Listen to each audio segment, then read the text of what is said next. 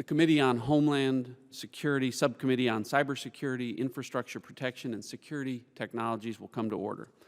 The subcommittee is meeting today to examine the National Protection and Programs Directorate, or NPPD's, proposed reorganization effort. I now recognize myself for an opening statement.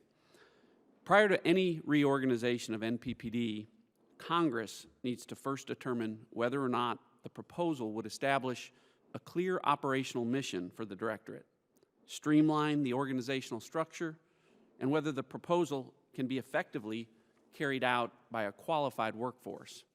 We also have questions on how the proposed changes would help make acquisition efforts for the cybersecurity mission more effective and more efficient. And perhaps most importantly, this committee needs to know how the realignment would help build confidence in both the public and private sectors that DHS is dedicated to focusing on its emerging cybersecurity mission. Growing cyber threats are presenting new Homeland Security challenges every day, and as such, this committee needs to ensure that DHS is optimally organized to successfully combat these emerging threats. As a nation, we seem to finally be grasping the magnitude of the potential consequences of a major cyber attack, particularly as serious cyber breaches have already become part of our daily lives. As we've seen this year with the damaging breach to the Office of Personnel Management and other similar breaches, cyber subversions are only increasing in their numbers and in their severity. We've seen cyber attacks destroy private companies' computer and data breaches that exfiltrate corporate information, employee data, emails, intellectual property. Bottom line, it's vitally important that we're prepared to combat this evolving threat. Additionally, much of our nation's critical infrastructure is privately owned, and there now exists an interconnectedness of physical security and cybersecurity. This means that someone sitting at a keyboard can issue commands to blow up a gas pipeline, to cause the air traffic control system to malfunction, or to take control of someone's automobile, all of which could result in a loss of life, not just the theft of personal information from a database. It is NPPD's mission to work with both public and private partners to reduce these risks from both cybersecurity and infrastructure threats and make the nation's physical and digital infrastructure more resilient and secure. NPPD is also responsible for securing federal networks and working with the private sector to secure the .com domain. As such, I would hope that NPPD plans on consulting with the private sector and its partners to hear their informed views on the proposed plan before moving forward. So far, I've only heard from outside stakeholders that there has been little to no outreach, and that is very disconcerting. Additionally, despite multiple media reports, the DHS leadership is pushing to reorganize its cybersecurity and infrastructure protection missions, the committee has received minimal details from DHS at this point. Over the past several years, this committee has built up a collaborative relationship working with NPPD, consulting with it to pass several strong and bipartisan pieces of legislation to improve chemical security and to strengthen DHS's cybersecurity mission and stature in the federal government. Given our shared goal to protect this country, several members of the committee and I were very disappointed to learn about this proposal through leaked reports in the media. The committee only received a briefing after these reports in the press, and unfortunately only minimal details on the reorganization effort after several requests have been provided in the time since. Only last week did the staff here receive an additional briefing, having been met with roadblocks when trying to obtain additional information. Even more disappointing, the committee has heard the DHS leadership had planned to move forward unilaterally on several efforts without congressional review or approval. I remind the witnesses that it is Congress's job to create the laws and the administration's job to execute them. After all, the Founding Fathers purposely enumerated Congress's role in Article 1 of the Constitution before any powers were given to the executive. Over the past several weeks, the committee has sent a strong message to DHS leadership, making it clear that transparency with Congress and the American people is not a choice. The committee sent a bipartisan letter to DHS leadership expressing its disappointment in the process and reiterating the Congress oversight and authorization roles and responsibilities. Additionally, the committee marked up several pieces of legislation last week, including one that would explicitly prohibit DHS from undertaking any reorganization or realignment of NPPD without congressional review and approval. Just yesterday, that legislation passed the House unanimously. I hope that our message is clear. The committee is committed to working with NPPD's senior leadership to further strengthen its efforts and ensure that it has a clear mission, streamlined organizational structure, and a qualified workforce to carry out both its infrastructure protection and its cybersecurity responsibilities. But this will be a joint effort with Congress. I look forward to hearing more about your proposal for reorganization and then turning the page to begin working together to craft authorization legislation for the National Protection and Programs Directorate that would ensure that it has the tools and proper authorities to defend this nation from both cyber and physical threats. The chair now recognizes the ranking minority member of the subcommittee, the gentleman from Louisiana, Mr. Richmond, for any statement that he may have. Thank you, Mr. Chairman. I want to welcome Undersecretary Spalding and her deputy secretaries to the subcommittee and thank them for taking time to come and explain their plan to transform the National Protection and Programs Directorate, the NPPD. I also want to thank Chris Curry, head of the Emergency Management, National Preparedness, and Critical Infrastructure Protection Team at GAO. Chris and his colleagues provide this subcommittee and committee with insights and analysis into the day-to-day operations of organizations like NPPD and informs us in ways we couldn't learn any other way. They are invaluable to us. Against the backdrop of challenges that the department faces, tightening budgets, low morale, complex oversight structures, there are key issue areas that DHS leaders must address in order to achieve, as Secretary Johnson has envisioned, a department-wide unity of effort, including a plan to reorganize and realign NPPD. There will be many details that we on the subcommittee will need to study and evaluate before we feel comfortable enough to give recommendations or assess legislative initiatives for the plan, and I hope we can begin that process today. We know that NPPD is a large and multi-layered directorate with a wide range of responsibility, from chemical facility security, pipelines, refineries, ports, and other critical infrastructure protection to cybersecurity. It covers such a range that some might say it lacks a single central mission. I'm interested today in learning how the Secretary's plan to allow NPPD to become operational will be accomplished without shredding or rearranging its current responsibilities, and how it will create an overall central mission. This is important because my district is a prime example of the importance of both physical infrastructure security and cyber network security. My district includes the largest port network in the country, the largest petrochemical footprint in the nation, and significant refining capacity. And all of these facilities have complex and challenging physical security and cybersecurity challenges. There are funding concerns too. If the reorganization or realignment will require modifications to NPPD's appropriation structure, will the department request additional budgetary flexibility or transfer authority from Congress beyond those that the department already has available?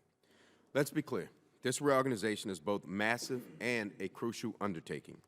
I continue to have a lot of questions about both this kind of major overhaul, how this kind of major overhaul will work, and what all the implications are for the proposed changes. So I hope this hearing leads to some answers so that we can work together to improve the department. With that, I look forward to hearing the testimony, and I yield back. Gentleman yields back. Chair now recognizes the chairman of the full committee, gentleman from Texas, Mr. McCall, for any statement he may have. I thank the chairman. Thank you for holding this hearing on the National Protection and Program Directorate. I also want to thank Undersecretary Spalding for the meeting I had yesterday. I thought it was a very good briefing on moving forward. And I think that's important because Congress has to review the proposal in its entirety. And once it's finally submitted and understand how it could improve our nation's cybersecurity posture and protection of our critical infrastructures. Additionally, any effort that will significantly alter the way the department carries out its responsibilities is one that Congress needs to weigh in on. I think the chairman mentioned the letter we sent on September the 15th and the most recent legislation that Mr. Richmond passed on the floor, I believe, yesterday. We take the department's cybersecurity mission very seriously. I want to commend the good work that you have done, both you and Dr. Schneck, in this very, very important mission and in building the capabilities within DHS to carry it out. You only need to read the newspaper to know what the threat really is, and you know it better than anybody. From the OPM hack to the Sony attacks to Iran's constant attacks in the financial sector, from Russia, from China, it is everywhere. And it is not just the future, it's the here and now of criminal theft of IP, of espionage, and cyber warfare. So we want to, as we have in the past, work with you to advance this mission. I would say that the members of this committee are perhaps your biggest advocates in the Congress because we believe that what you're doing is so important. So I look forward to hearing more about the reorganization and the proposed changes, but I do think that should be done in full collaboration with the Congress and specifically with this committee. We passed 15 bills, marked them up last week to improve the department. I think this hearing will go a long ways to strengthening the NPPD's mission that we strongly believe in. And I know, if I could just end with, I know that the Senate is taking finally up the cybersecurity legislation that we passed out of this committee many months ago by an overwhelming majority. And I would ask that they take into account the bills that we passed out of the House and the bills that we passed previously in the last Congress and not do anything that would conflict with existing law.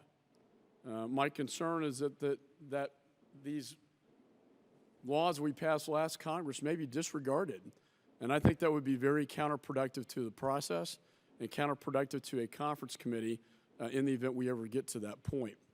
And so I would ask that the Senate look at that as they measure and weigh in on the final bill that they mark up on cybersecurity legislation. This has to be done right because I can think of no more important mission than this one. And so with that, again, I want to thank the chairman. I want to thank the witnesses, not only for being here, but for the work that you do day in and day out.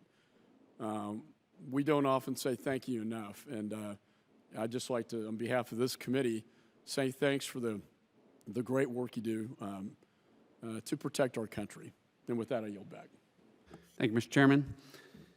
Other members of the committee are reminded that opening statements may be submitted for the record.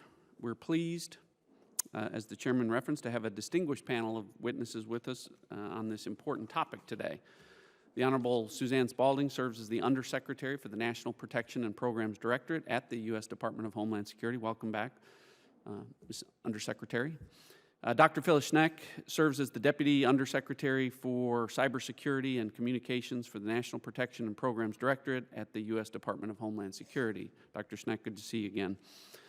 Dr. Ronald Clark serves as the Deputy Undersecretary for the National Protection and Programs Directorate at the U.S. Department of Homeland Security. Welcome back to this subcommittee. And Mr. Chris Curry is the Director of Emergency Management, National Preparedness, and the Critical Infrastructure Protection for the Homeland Security and Justice Team at the U.S. Government Accountability Office. Welcome, Mr. Curry. I'd like to ask the witnesses to stand and raise your right hand so I can swear you in to testify. Do each of you swear that the testimony that you will give today shall be the truth, the whole truth, and nothing but the truth, so help you God? Let the record reflect that the witnesses have answered in the affirmative. You may be seated. The witnesses' full statements will appear in the record. The chair recognizes Undersecretary Spalding for 5 minutes for her opening statement. Thank you. Chairman McCall, thank you for your very gracious remarks.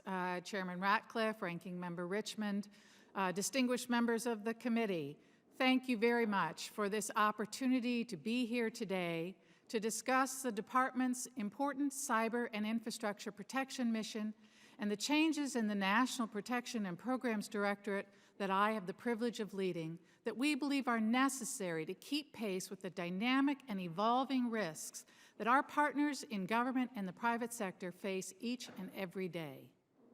I want to start by saying that I understand the committee's frustration that information related to the changes that were under consideration leaked prematurely to the media before we had a plan that the Secretary had an opportunity to review and I could get down here to brief the committee on that plan. This is an ongoing process that continues, and managing change is always a challenge. As I balance the need to follow appropriate executive branch procedures, continue to be inclusive and transparent with my workforce, respect your very important legislative and oversight roles, and communicate appropriately with our public and our private stakeholders. I place a very high priority on making sure that we are consulting with you and with the rest of Congress. We have tried to ensure that your staff is informed at appropriate points throughout this process, and we look forward to continuing to work with you toward our shared objective of strengthening DHS's ability to execute its critical mission of cyber and infrastructure protection. We will do this by working to achieve 3 key priorities with the changes that we have proposed: achieving greater unity of effort, strengthening operations, and improving our mission support. Achieving greater unity of effort in our cyber and infrastructure protection mission is part of Secretary Johnson's overall work to bring greater unity of effort across the entire department. Within NPPD, we need to take a holistic approach across cyber and physical risks that the private sector increasingly takes and reflects the world that they face, a world in which cyber and physical, as Chairman Ratcliffe noted, and Ranking Member Richmond, are increasingly intertwined. We see this in the Internet of Things. We know that cyber attacks can have physical consequences, such as disrupting the electric grid or causing a dam to malfunction, just as physical events such as storms and flooding can cause cyber outages. We need to understand these connections, and we need to manage those risks in the same interconnected way. In this time of scarce resources, we must fully leverage all the outstanding expertise, capabilities, insights, information, relationships across our entire organization to accomplish our cyber and infrastructure protection mission. We cannot afford to operate in stovepipes that hamper essential collaboration and integration. Ultimately, the transition we're talking about is about strengthening operations, our ability to make a difference on the ground in partnership with our stakeholders in government and the private sector. To fully accomplish this objective, we need excellence in our mission support functions, particularly acquisition and program management. This plan includes not only some restructuring of the organization, but also cultural, governance, and process changes, and even changing our name. You should each have a copy of our proposed organizational structure, and I'm going to start at the bottom of that organizational chart with our 3 entities that will be executing operational activity. The National Cybersecurity and Communications Integration Center, our NCIC, Infrastructure Security, and the Federal Protective Service. Under our plan, the NCIC, our 24/7 operations center, is elevated and focused on operations to effectively respond to and mitigate cyber incidents. It would include all the current NCIC functions, but also bring in important .gov functions, including Einstein and our continuous diagnostics and mitigation. The second operational entity would be Infrastructure Security. This entity will work on stakeholder engagement and build capacity throughout our stakeholders in government, in state, local, territorial, and tribal, and the private sector. They will provide training, technical assistance, assessments, and work with those folks in the field and through support to sector coordinating councils. They will bring in those same activities that are now occurring in the Office of Cybersecurity and Communications, including the Office of Emergency Communications, our effort to promote the adoption of the NIST cybersecurity framework called C-Cubed VP, and our cybersecurity advisors, field forces that are now deployed all across the country. They will have the protective security advisors and our chem inspectors so that we can integrate our field forces and that operational activity more effectively. Third is the Federal Protective Service, which will continue its law enforcement and security operations to protect federal facilities all across the country and the people who work in them and visit them every single day.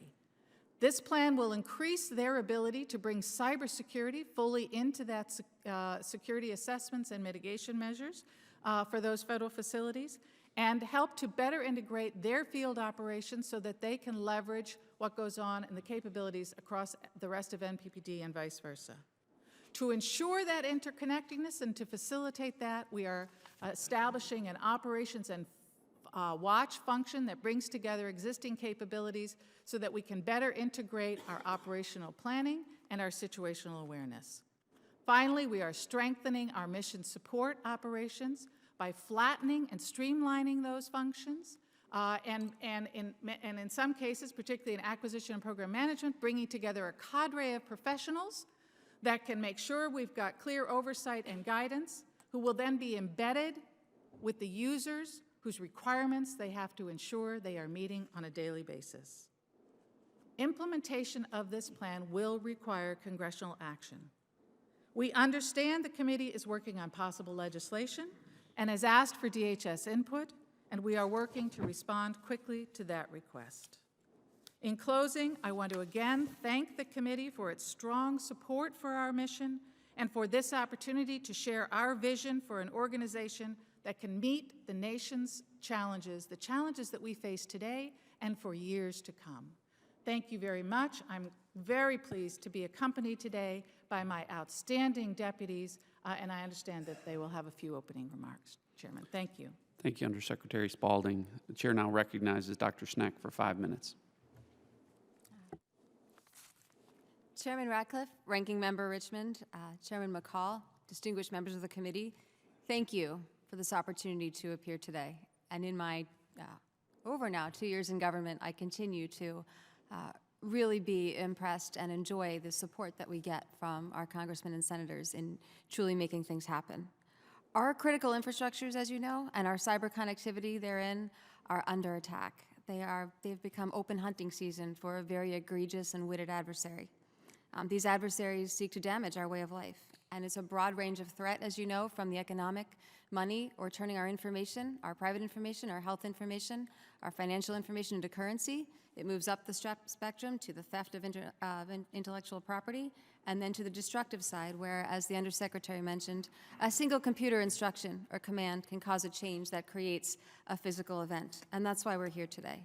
Our critical infrastructures are owned and operated mostly by the private sector. There's never been a harder time for a large private sector company like the one from which I came to work with the U.S. government in our environment, but there's never been a more urgent time. All of this work that's needed is based on trust, customer service, stakeholder engagement, and the ability for us to be able to reach out and bring a field of expertise from our cyber experts to our electric power experts to those in between that run our programs. This transformation will strengthen our cyber mission. It will strengthen our ability to reach out to our customers and to serve them well. Fighting back against this constantly evolving threat requires this fully collaborative approach. NPPD can't do our mission if we don't do this. We've been doing it well. We can do it faster and better, and as the adversary excels with no lawyers and no way of life to protect and plenty of money, we will not be able to fight them if we don't organize the way that's being suggested today so that we can bring everything we have to bear just as we did in the private sector. This adversary takes an expeditious fight, and we can bring that. NPPD has been evolving for several years as our mission has demanded.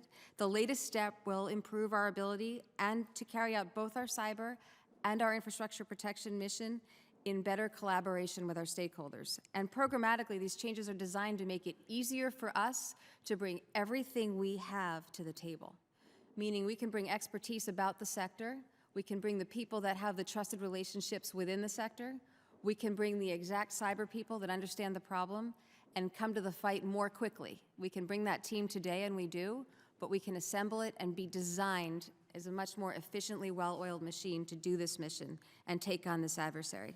And through this transformation, we focus on customer service, delivering this service to our customers, and making sure that we provide our stakeholders across the nation not only the service in helping them fix an event or spot a threat, but to teach them, to give them programs such as the C-Cubed VP or the Cybersecurity and Critical Infrastructure Community voluntary program that comes with the President's executive order on best practices for cyber, bringing them these programs so they can teach themselves how to protect their networks and teach their supply chain and teach their colleagues. So we're building more secure communities by joining our critical infrastructure expertise, our outreach, and joining that trust with our cyber experts. We need to have a structure that lets us continue to operate in this time of growing mission demand and continued resource constraints. I wish I could say that the threat was going away. It's growing. Our job is to neutralize that, and the way we do that is to be more artful. Our adversaries are constantly evolving. They have absolutely no barrier to overcome. If we're to overcome their artful hold, we have to be more masterful and more agile, and that's what this realignment is designed to do. It allows us to be more efficient. It allows us to be more efficient with the tools that you've provided us in legislation. It allows us to make better use of your tremendous advocacy and get out there with the strength that we bring as a whole of government and do that with a whole of NPPD. Our Secretary always tells us that Homeland Security, that cybersecurity is a part of Homeland Security. Our job is to make sure that technology and innovation are enabled, that the private sector is enabled to make more money so they can innovate and build great things, and that our citizens can enjoy new technologies. Our job is to make our infrastructures resilient to damage so that the American way of life continues to be enjoyable and fun and a great place to make these new technologies without the fear of what new technology can bring. And to neutralize that, we need this transformation to strengthen our cybersecurity mission, to bring everything we've got in trust, in capability, in infrastructure knowledge, infrastructure expertise, sector knowledge, feet on the street, use the field forces, our Federal Protective Service, who see everything that's happening in a federal building day in and day out, use their awareness of the HVAC systems that have been known as targets to understand exactly what's happening and bring that all together. Our transformation will enable all of this. It will enable the cybersecurity piece of Homeland Security and the Secretary's unity of effort. And we look forward to bringing more customer service and being even more of a service that our taxpayers will be proud of. So thank you, and I look forward to your questions. Thank you, Dr. Schnack. Chair now recognizes Dr. Clark for 5 minutes for his opening statement. Chairman Ratcliffe, Ranking Member Richmond, Chairman McCall, and distinguished members of the subcommittee, thank you for the opportunity to be before you today. With 2 decades of service as United States Marine Corps Infantry Officer, 5 years at the National Security Council, my mission and instinct at NPPD has been to focus on mitigating threats, driving down risks, and executing intelligence-driven operations. Operations focused on the protection of federal facilities, critical infrastructure, and the American people. NPPD occupies unique mission space, and we must ensure the full leveraging of its unique expertise, information, and capabilities. We are committed to enhancing our operational capacity and capability and taking the actions needed to enhance our security of critical infrastructure. The threat we face today is increasingly elusive, unpredictable, and violent. The threat increasingly extends across physical and cyber domains and can be carried out by criminal elements, aspirants of an extremist ideology, or terrorists, foreign or domestic. In response to this dynamic threat environment, over the past year, we've executed a series of enhanced security operations across the country to detect, deter, and deny potential threats to thousands of federal facilities and millions of occupants. These operations entailed a series of intensified security protocols that increased our presence, awareness, and ability to respond.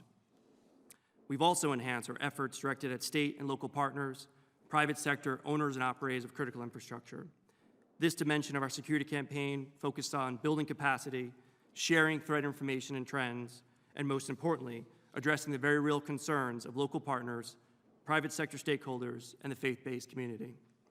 While we've seen progress to date, we must continue to enhance our operational capabilities because our adversaries have repeatedly demonstrated their ability to adapt to our security measures. Whether the operation is focused on the direct protection of a federal building, ensuring the security parameters of a chemical facility, deploying a cybersecurity advisor team, or expanding the capacity of public and private sector partners, robust analytical support is essential. Operations must be driven by the best possible information. Toward this end, we focus on sharpening our analytic capabilities. For example, today our ability to complete forward-looking analysis and to systematically map the interdependencies of critical infrastructure by our Office of Cyber and Infrastructure Analysis is exceptional. Their analytical support to the decision-making process is critical. We've pragmatically integrated this robust analytic capability with an enduring focus on fielding low-cost, high-impact tools that increase mission assurance, team welfare, precision, and speed. Thank you again for this opportunity. Thank you as well for your enduring support to the Department of Homeland Security over many years. Thank you. Thank you, Dr. Clark. Chair now recognizes Mr. Curry for 5 minutes for his opening statement. Thank you, Mr. Chairman, Ranking Member Richmond, other members of the subcommittee. I appreciate the opportunity to be here today to talk about the potential reorganization of NPPD. I wanted to say up front that we at GAO don't have many details on the specific reorganization or any ongoing work on this issue. However, over the years, we've evaluated numerous agency creations and transformations and reorganizations. And based on real-life lessons learned, we've developed a number of questions and that need to be answered and factors that need to be addressed during these types of changes. Also, as the committee knows, the initial implementation of DHS and broader management issues at the department are still on our high-risk list. So we think our work across these areas is important to consider in any potential change in NPPD's structure or mission. Before I get into the specifics of our work, I did want to make a key point. NPPD has the critical and difficult mission of securing both cyber and physical critical infrastructure and the interdependencies between both of those things. To do this, it needs to be able to adapt and change with the threat as needed. So it's not surprising that NPPD would propose a reorganization to adapt to the changing threat and additional responsibilities it has. However, our experience at DHS and other agencies has shown that it's often the management issues that can creep in as problems later on after these things are done in areas like human capital and acquisition. These areas are just as critical to think through as the mission need that's driving the reorganization because they can hinder success. Our work across government points to key questions that need to be answered in these situations. For example, what are the goals? What are the real costs and benefits, and how can the upfront costs be funded? This one is important. Who are the key stakeholders and how are their views being considered? Specifically, during the creation of DHS, we outlined a number of key practices and steps for successful organizational transformations. Although an NPPD reorg is maybe not on that scale, they are still applicable and important. And here's just a few examples from that work. Establishing a coherent mission and integrated strategic goals to guide the transformation. Establishing a communication strategy to create shared expectations and report progress. And last, involving employees to obtain their ideas and gain their ownership for the transformation because they're the ones that are going to have to make it happen. We've also found that successful government reorganizations balance executive and legislative roles, as you mentioned up front, Mr. Chairman. For example, congressional deliberative processes such as this hearing serve as an important function of getting input from Congress, but also a variety of stakeholders that are affected by the change. They also provide important checks and balances. Now let me talk a bit about our high-risk work and DHS management. DHS has made much progress in this area since its creation, but more work is needed. We have found that management challenges have had a direct impact on DHS's ability to meet its mission.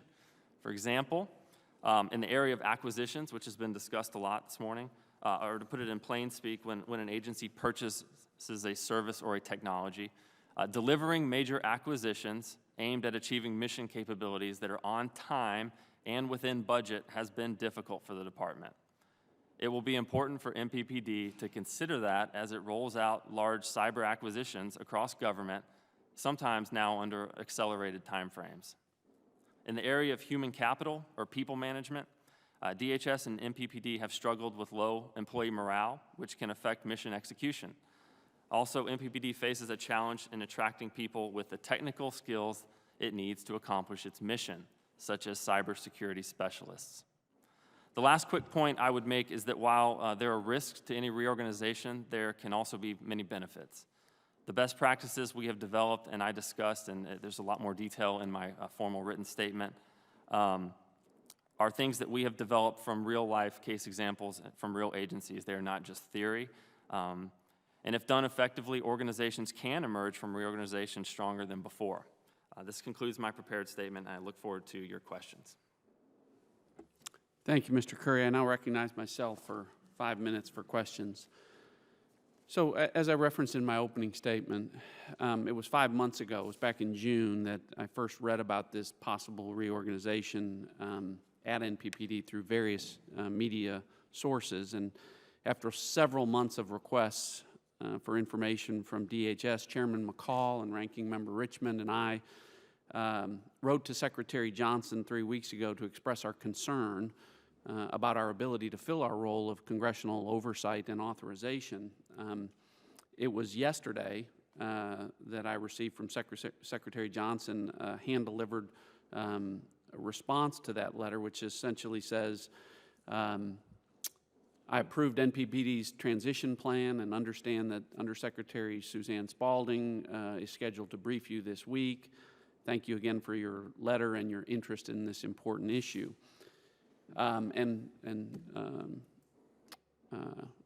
Undersecretary Spalding, you and I did, in fact, meet yesterday.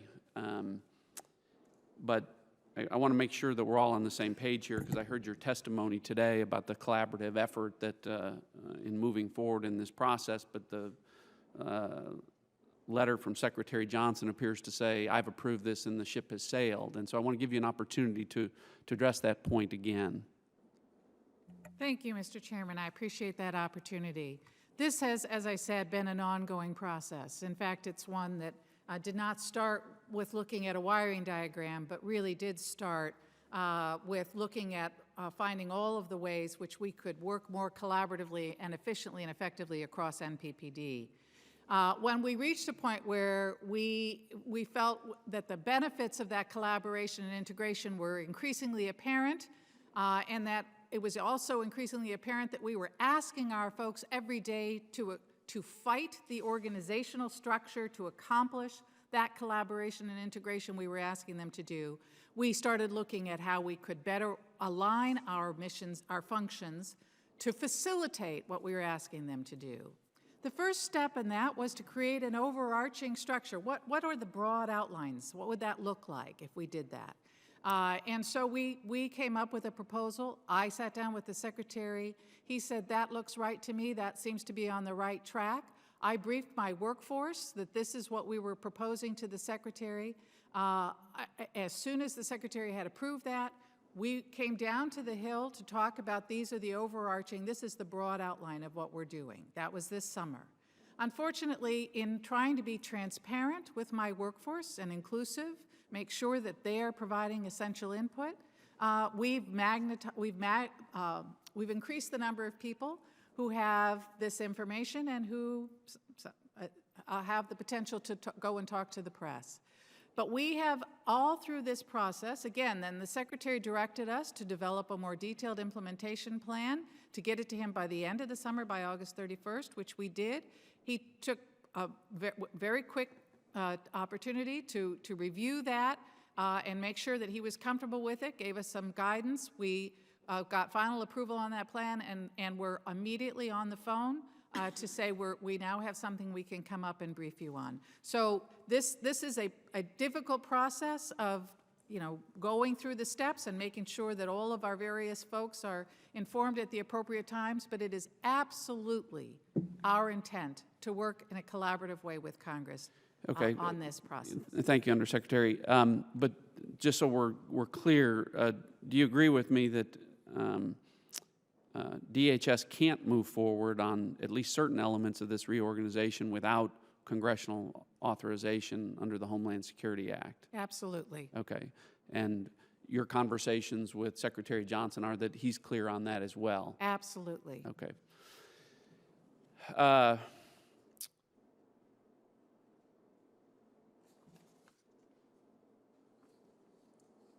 Can you,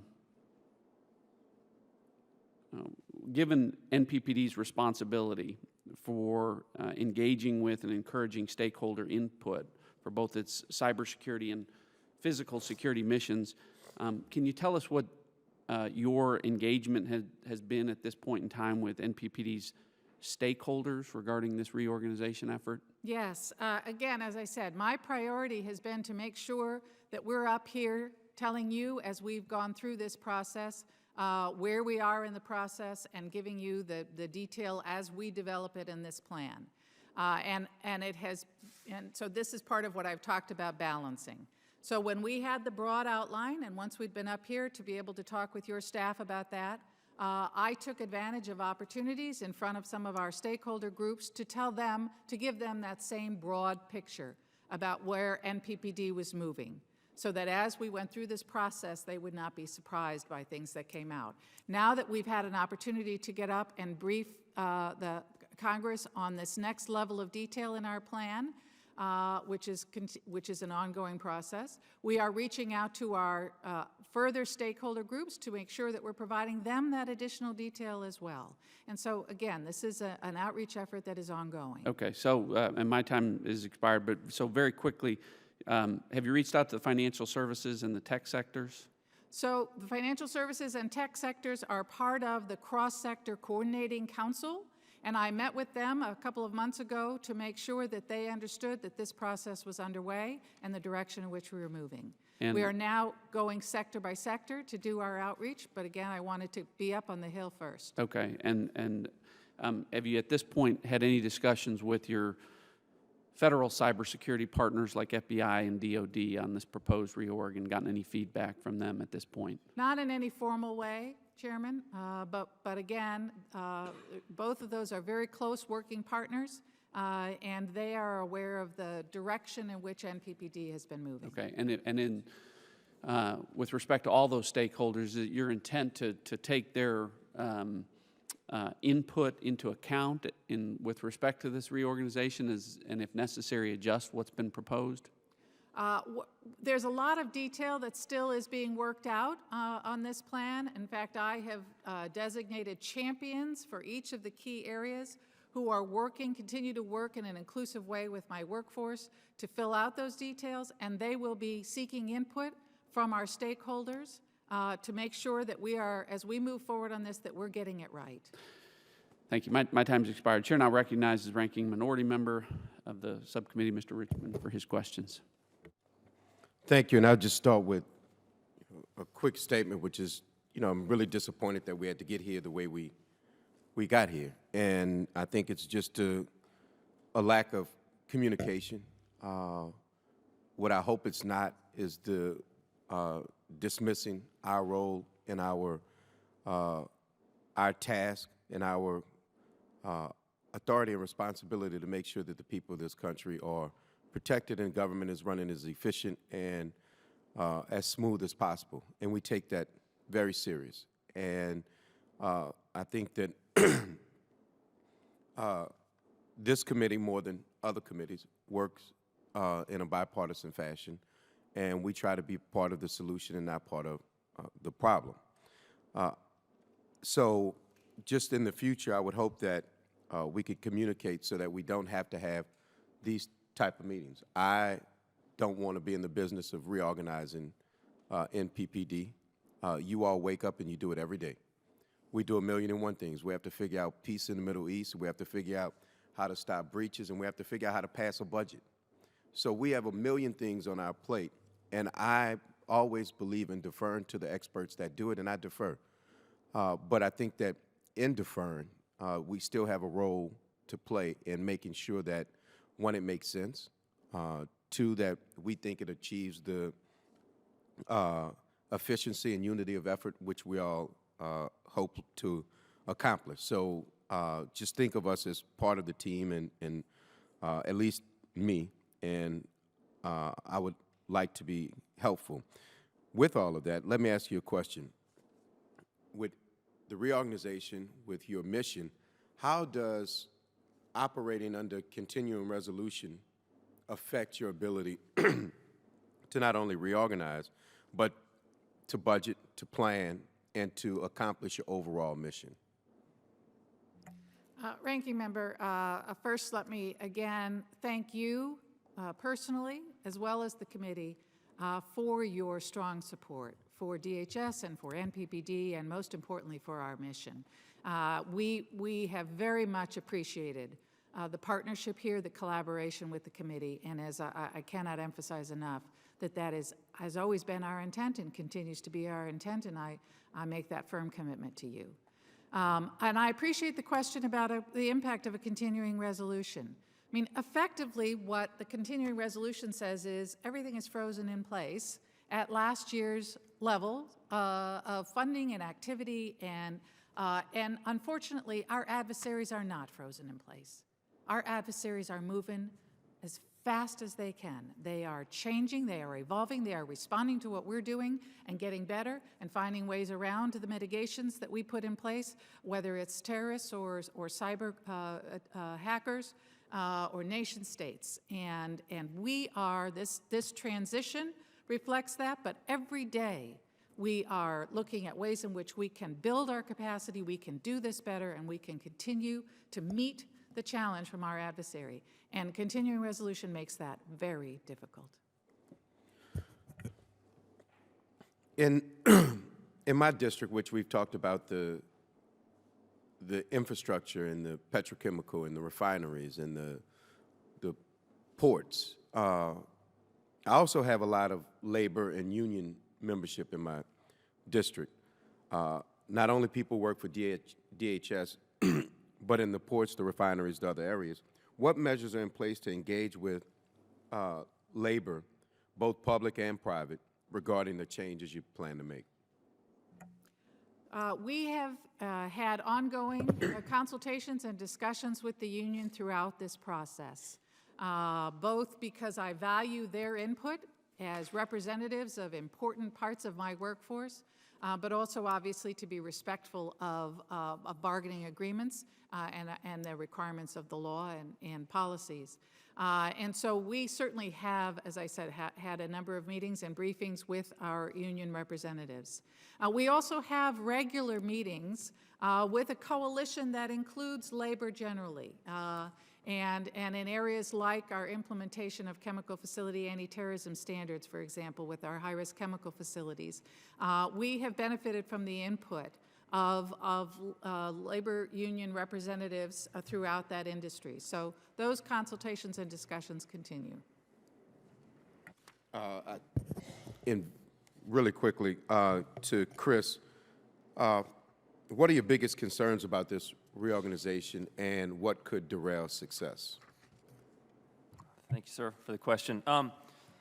You know, I wouldn't so much say at this point I have concerns. I don't know that many details about it. I think that the biggest factors that I'm thinking about in this is that these best practices for reorganization and transformations are followed, and oftentimes what we've seen is when organizations rush these things, or they rush through these things to address a real and pressing mission need, oftentimes it's later on that, like I said in my statement, the management issues creep up, the acquisition problems, the human capital problems, because quite frankly, some of these things take time and they take deliberation. For example, gathering employee feedback is one of our best practices, but not just gathering it, but showing employees how it was incorporated and actually using the feedback and closing the loop on that so they feel invested in it. That takes time, and it can be a little painful, quite frankly. Not that the NPB is rushing through this, I'm not aware of the details, but when that happens, sometimes mistakes can be made. Gentleman yields back. I ask unanimous consent at this time to enter into the record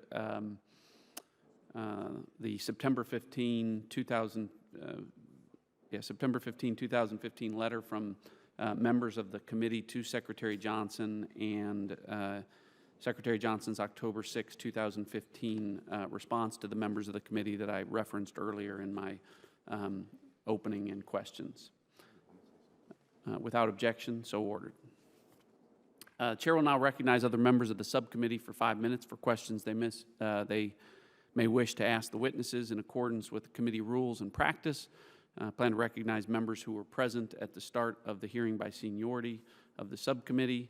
Those coming in later will be recognized in the order of arrival. Chair now recognizes the gentleman from New York, Mr. Donovan, for 5 minutes. Thank you, Mr. Chairman. And to the panel, let me also, as the chairman said, as our ranking member said, thank you for the efforts that you make to protect our nation. They're very, very much appreciated by everyone here and everyone in America. Undersecretary Spaulding, I heard in your testimony and read your testimony that was submitted that you've identified areas where congressional action is required to change existing regulations that you have. That statement makes it very clear that why it's important to engage directly with the committee before going so far down the road in a major reorganization. I'd also note that one of the specific areas of improvement noted by the Government Accountability Office in its review of DHS management functions is the need to better communicate with Congress. Can you outline for us specific areas that you believe congressional action is necessary before you're able to reorganize as you wish to?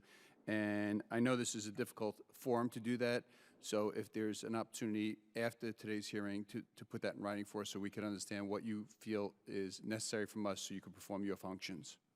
Great, thank you, Congressman, and we will take that advantage of that opportunity to provide the committee with some input on the legislation that I believe the committee is considering as well. But I will give you, at least one example where it is very clear that Congress needs to act.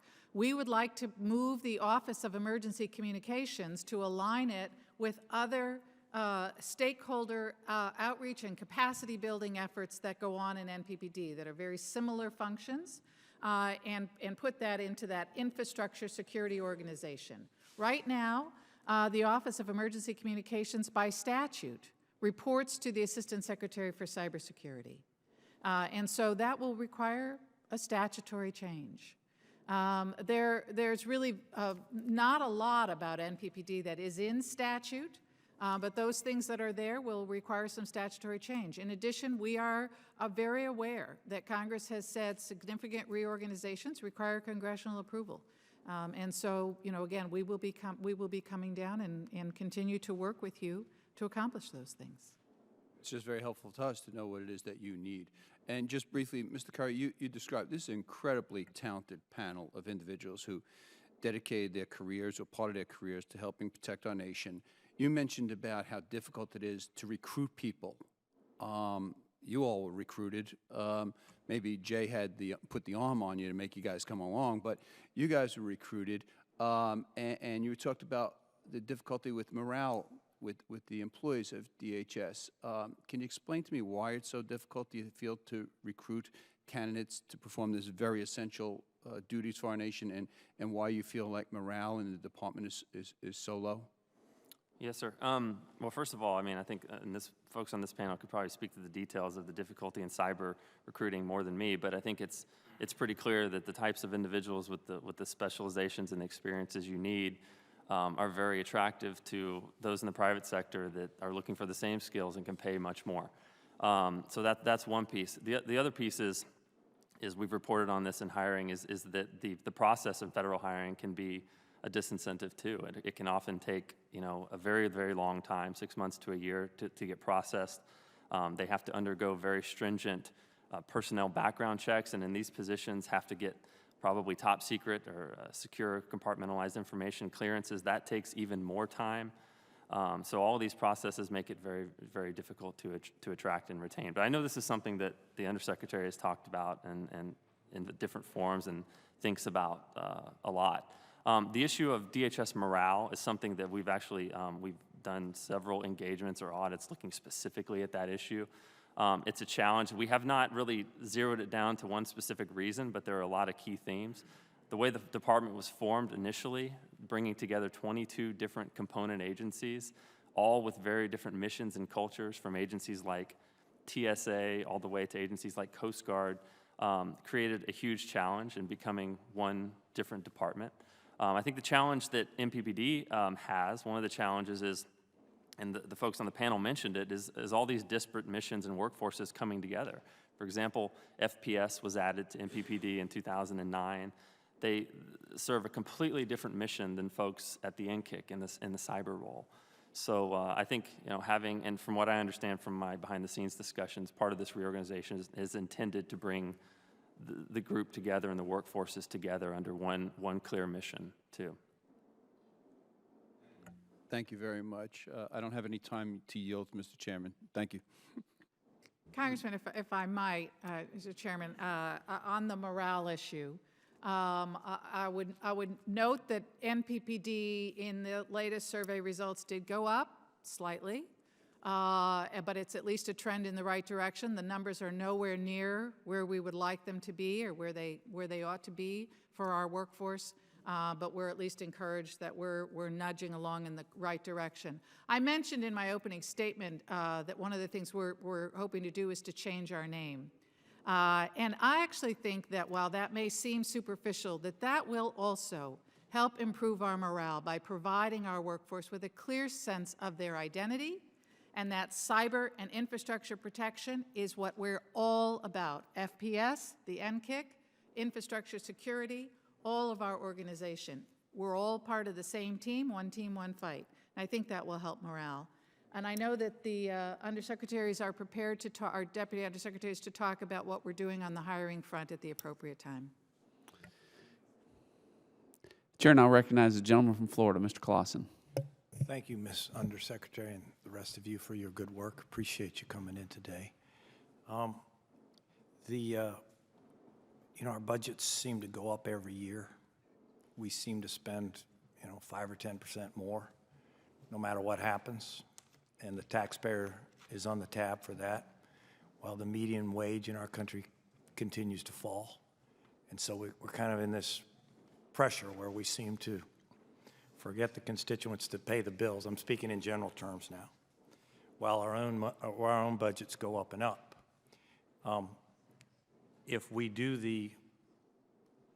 When you do the reorganization, will the budget actually go down? Will we actually get cost efficiencies and cost productivity like the rest of the world lives with? Or is it just going to keep going up every year, whether we do this reorganization or not? And I see the 8.5%, so I hear everything you're saying today, and I look at the 8.6%. Do I have the number right for 16 for a year-over-year increase, if I have the right number? And I say, we're doing all these great things, but we just keep spending more money. Am I missing on the data there, or am I correct? Congressman, I'll have to get back to you. I don't have that number in my head, but I would bet that you've got that number right.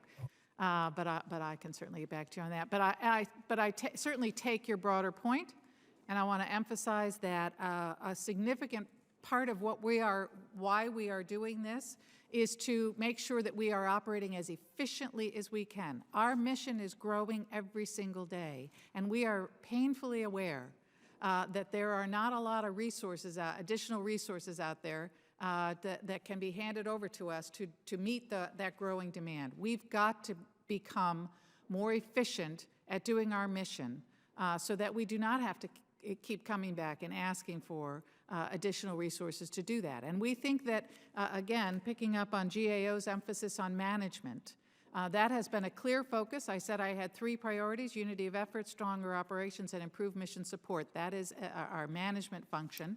And there is a place where we have already begun to create efficiencies. They're reflected in the FY16 budget, where we identified over $21 million of efficiencies within our budget.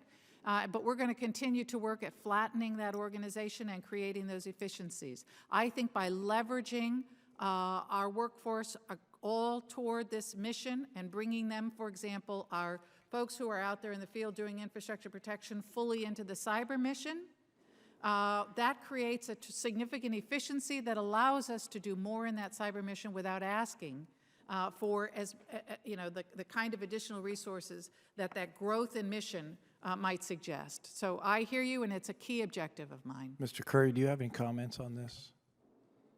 Do you believe that if we do the reorganization, we'll get better cost control and cost reduction for the taxpayer, or do you have enough information to have an opinion? No, sir, we don't have enough information on it, but this is really important.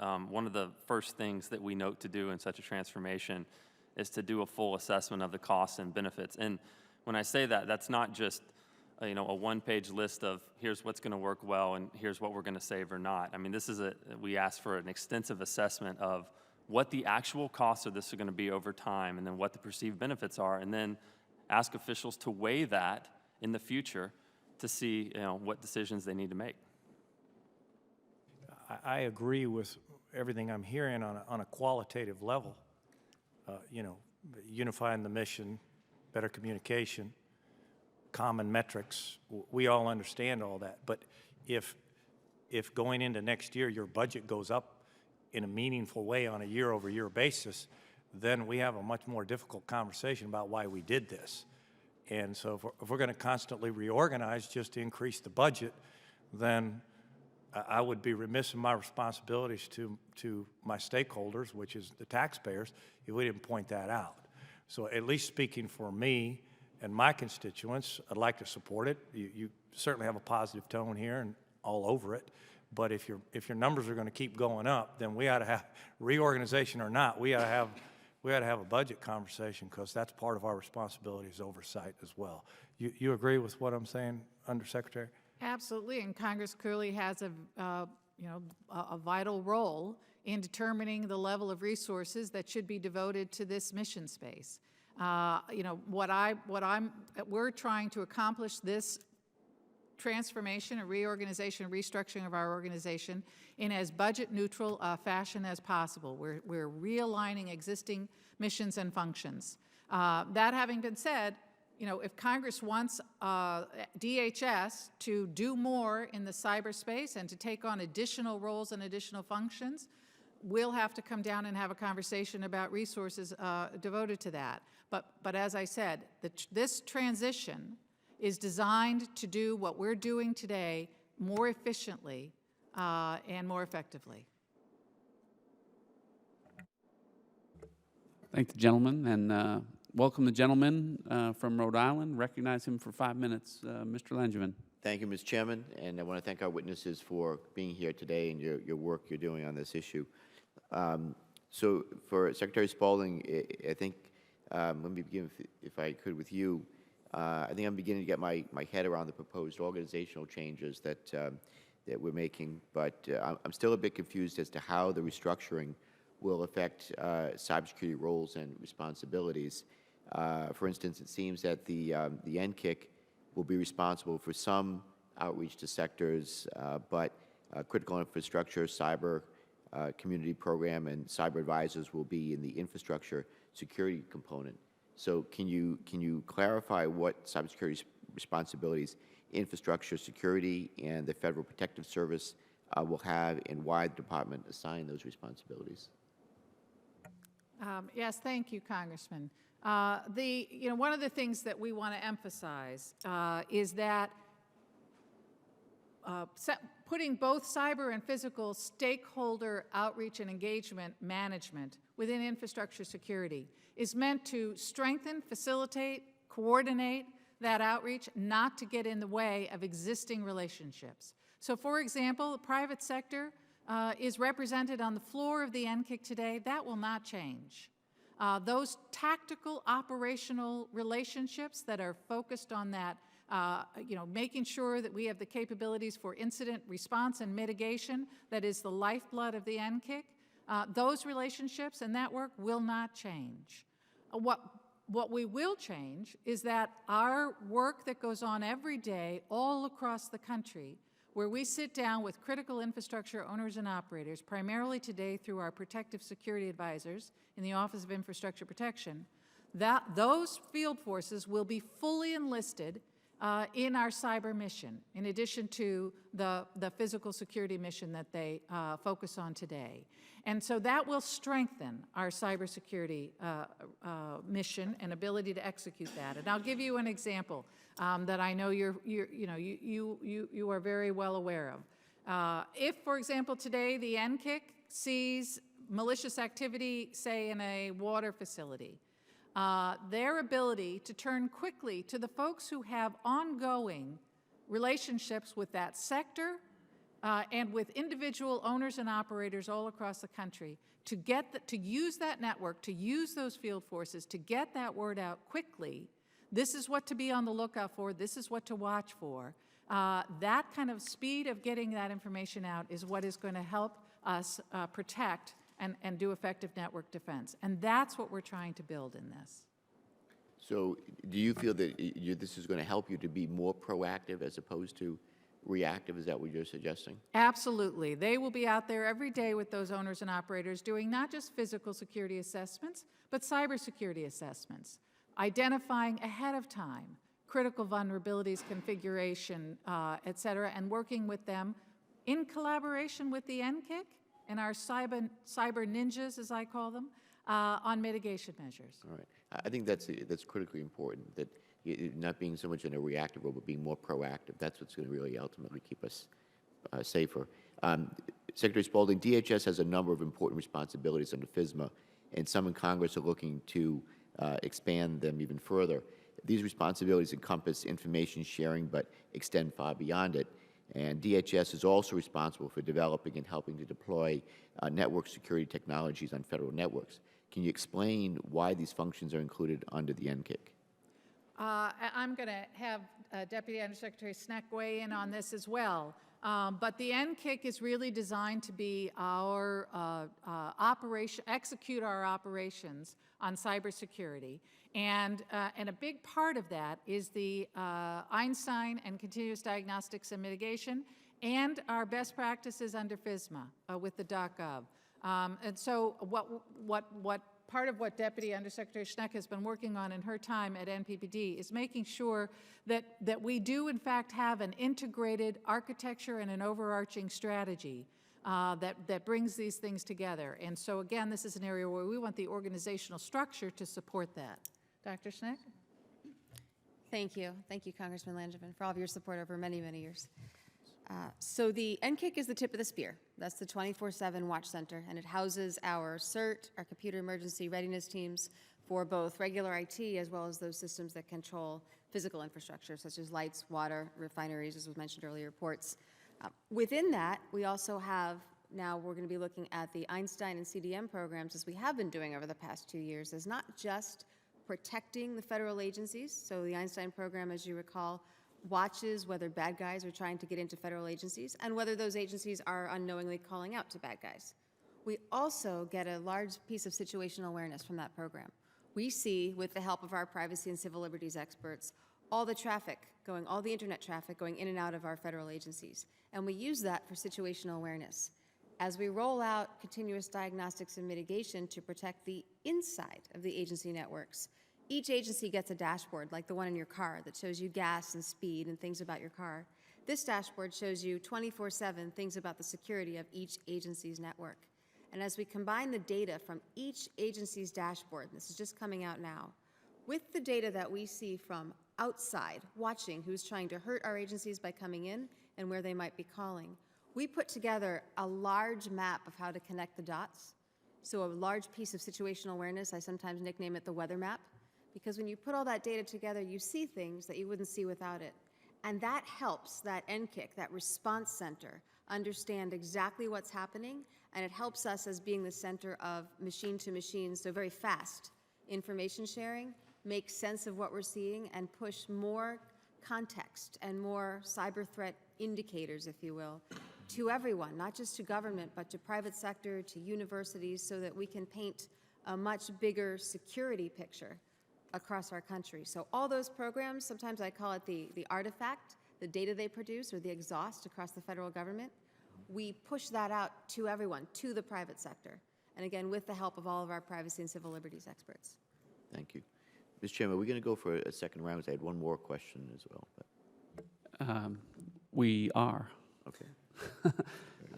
So, gentlemen, yield back. I yield back. I would like to take advantage of having you all here to get some additional information. And so we'll do a second round of questions for any members that want to take advantage of that opportunity. And so I recognize myself for an additional 5 minutes of questions. Undersecretary Spaulding, we've obviously got some information. can you give us a date for when we'll get the full plan? We've talked about some of the parameters of it and a transition plan, but can you give us some idea of when we could expect to see the full plan as you propose it? So again, I keep emphasizing that this is an ongoing process, and so we're striving to have by the end of this calendar year the next level of details on this plan, and be ready, in consultation with Congress to really begin to move out on some of the things, particularly that will require congressional approval. But again, I want to emphasize that this has been a part of this ongoing process has been that we've been doing the things that enhance collaboration and integration all along, and as we see those opportunities, like the regional field pilot project, we will be undertaking those. Well, let me follow up on that, because what I hear you saying is that obviously we've agreed on the fact that there are a number of things that absolutely do require congressional authorization, but as I hear your testimony and the collaborative spirit in which you're here, would it be fair to say that you're committed to collaborating with Congress to authorize 100% of NPPD? I believe Congress today authorizes 100% of NPPD. Chairman, I'm not sure I'm getting the thrust of your question. Congress authorizes our activities and appropriates the funding for those. Absolutely. I just wanted to be clear because we would talk about parts of things that Congress may authorize, and I just wanted to, I think we're very much on the same page there, so I appreciate that. Dr.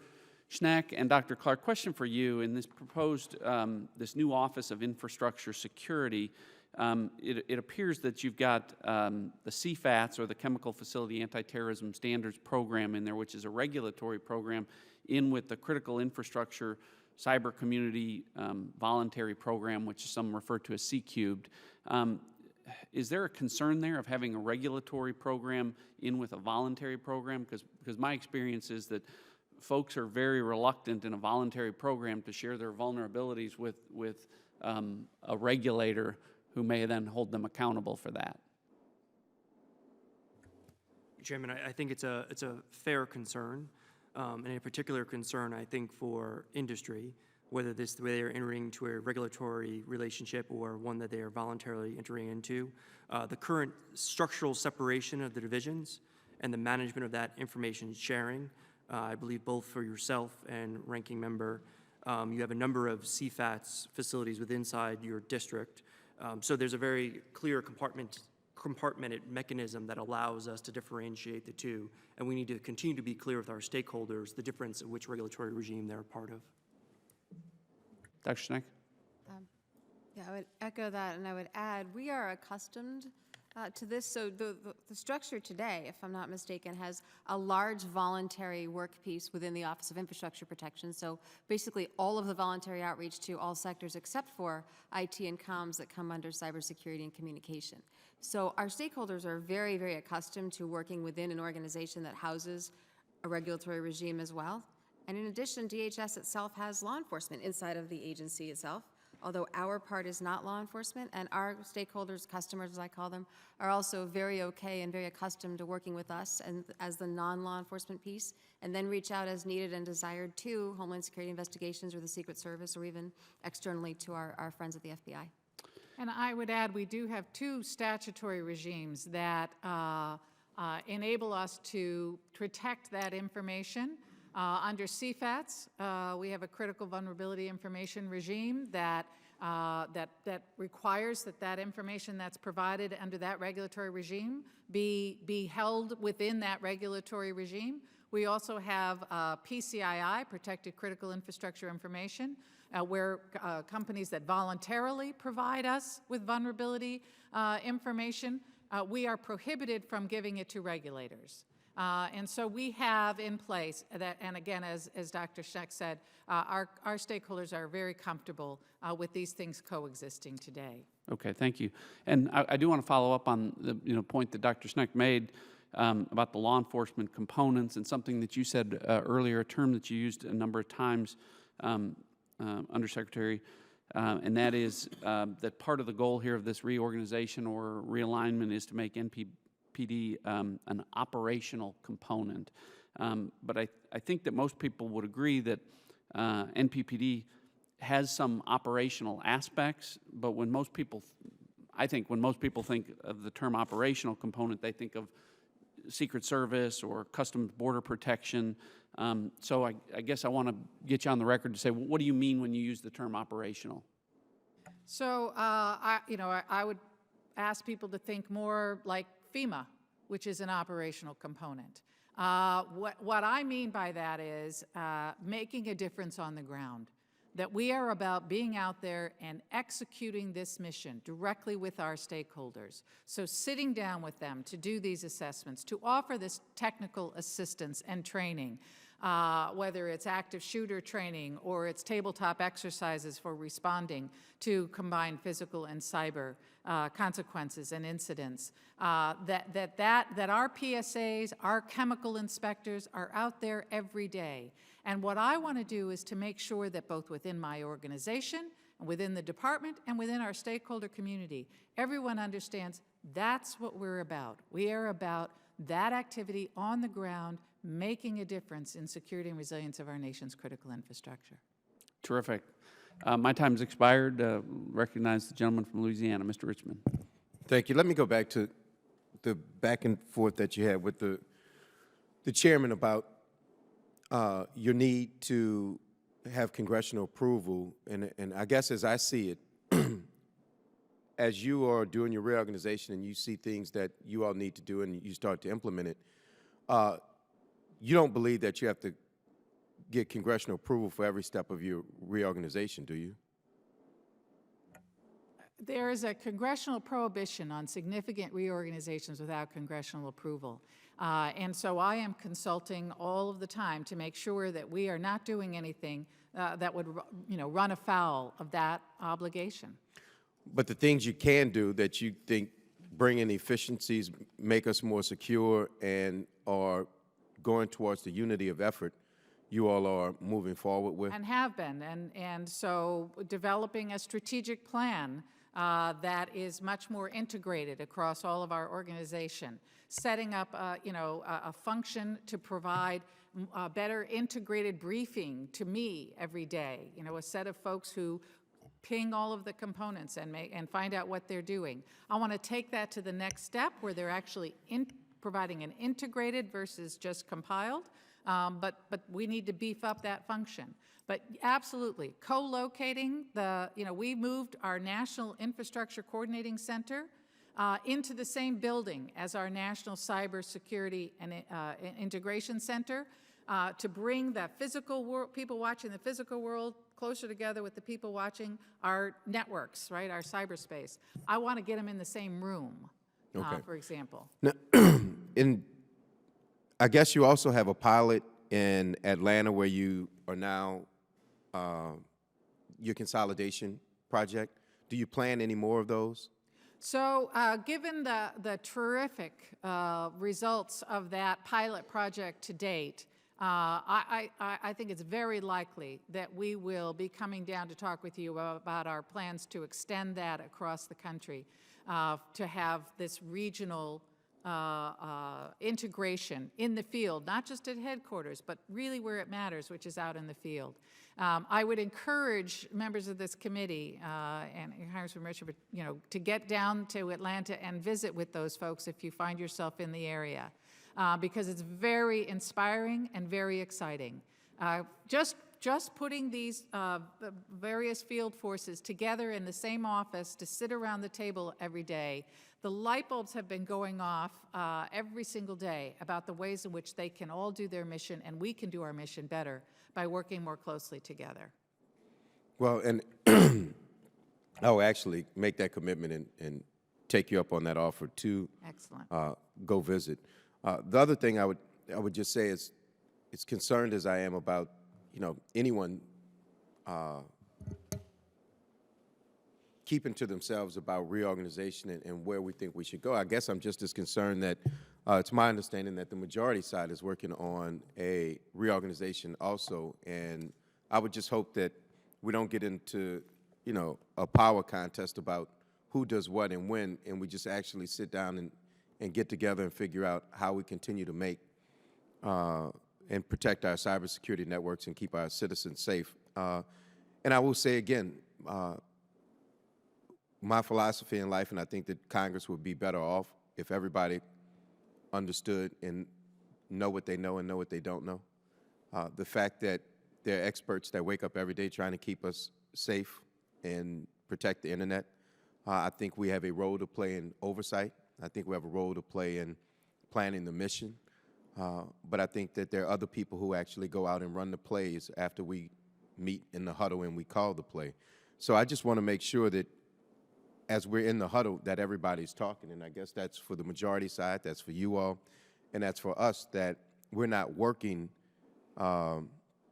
in seclusion, when I think that if we work together, we can get to where we want to be faster, because you said it, these things change every day, every night, and we have to be perfect 100% of the time, and the hackers have to get lucky once.